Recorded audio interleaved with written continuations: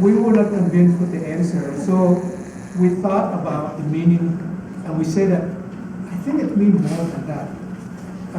We could not, and we decided that we cannot enter into such a pledge for the sake of a competition.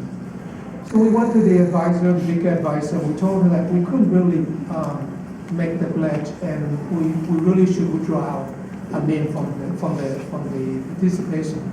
And the advisor consulted with one another, and they decided to keep us in the team. They had to explain to the judge that these students were new refugees, and their feeling was just too tender to make the pledge. And the judge understand about that. We didn't win the competition. We didn't win the procedure, not because of the Pledge of Allegiance, but someone had placed an extra chair on the podium on the stage, and to test our knowledge of the procedure, and we wasn't smart enough to recognize that. So one of our team members stumbled over and fell, and we just didn't make that.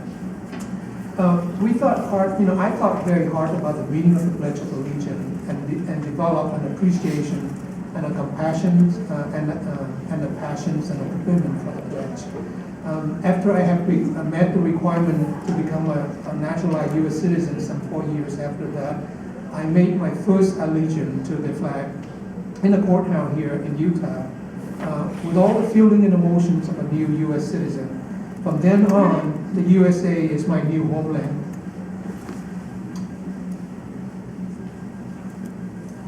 And I love it as if I've been born here in the beginning. I appreciate the sensitivity that the administrator, the teacher, and the advisor had for me and my sister as we sort out our sense of identity during this most challenging part of our life. I often reflected upon the treatment of the American people on us refugees. I remember how I marvel at the thought that someone had planned out all the rescue plan, whisked us from the danger zone, and placed us on a protective refugee camp and provide us with food and shelter. On the one side of the ocean, we have soldier trucks and cargo planes lifting us from the dangerous place. On the other side of the ocean, I saw generous hand and kind faces greeted us as we got off the airplane. I still remember the love of the American people pouring into the camp in the form of clothing and food. The refugees, when they were released from the camp, they were placed in a sponsoring family who helped them to find permanent home, getting their children registered for school, take them to hospital, help them find employment, and teach them the law and the custom of the land. I bear a great debt of gratitude to the many Americans who protect and nurture Vietnamese refugees some 40 years ago. And this school was part of that effort to heal the wounds of the war, which I am a beneficiary of this great American kindness. I have noted that whenever there was a disaster in the world, America has always been the first to step forward to help, and they were the one who gave the most. And I often wonder, is the reason for the American to give so much was because they have so much to give, or that they give so much,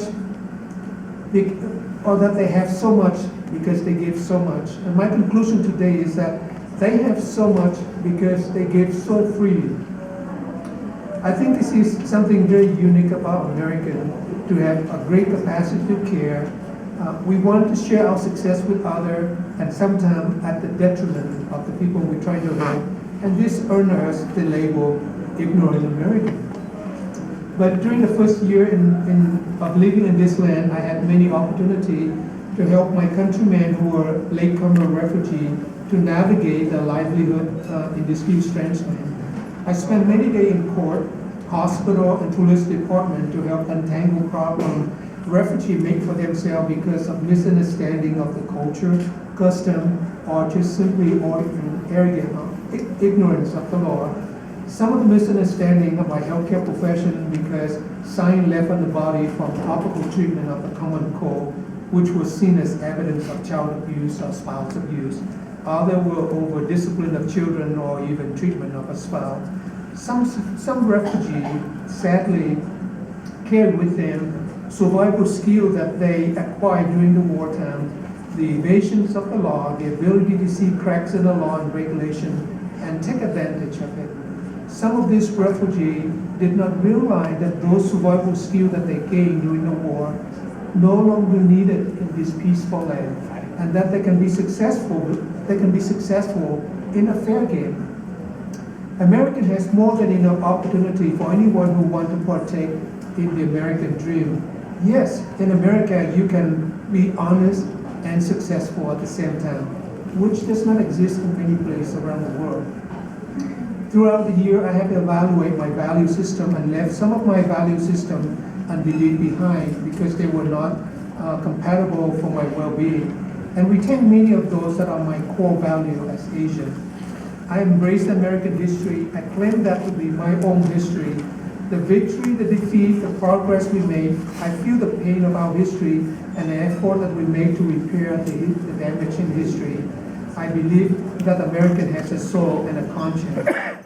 As it was written, carved on the Statue of Liberty tablets, give me your tired, your poor, your hurtle masses yearning to breathe free, the wretched refuse of your steaming shore. Send these, the homeless, tempest-tossed to me. I lift my lamp beside the golden door.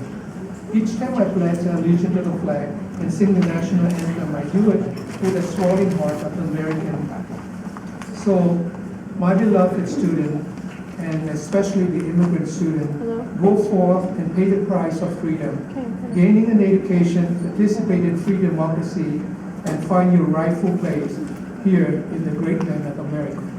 Thank you.